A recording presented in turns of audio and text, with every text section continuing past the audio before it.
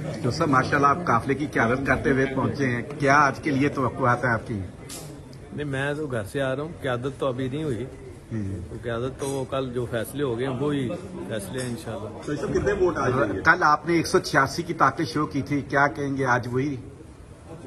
देखें उसमें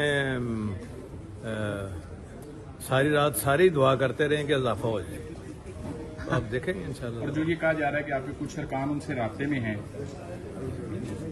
वो ज्यादा देर नहीं लग रही, इंशाल्लाह 4 बजे पता चल जरदारी साहब का मिशन नाकाम हो गया था। जी हाँ, वो बिल्कुल नाकाम हुए। राना सनाउल्ला कह रहे हैं 50 से ज्यादा अरकान वोट नहीं देंगे। सारी जिंदगी जिस बंदे ने सच नहीं बोला उसका जिक्र ना किया करें। तो सर माशाल्लाह आप काफिले की क़यादत करते हुए पहुंचे हैं, क्या आज के लिए तवक्कुआत है आपकी? नहीं, मैं तो घर से आ रहा हूँ। क़यादत तो अभी नहीं हुई, तो क़यादत तो वो कल जो फैसले हो गए वो ही फैसले हैं इंशाल्लाह। तो इसमें कितने वोट आ जाएंगे? कल आपने 186 की ताकत शो की थी, क्या कहेंगे आज वही? देखें उसमें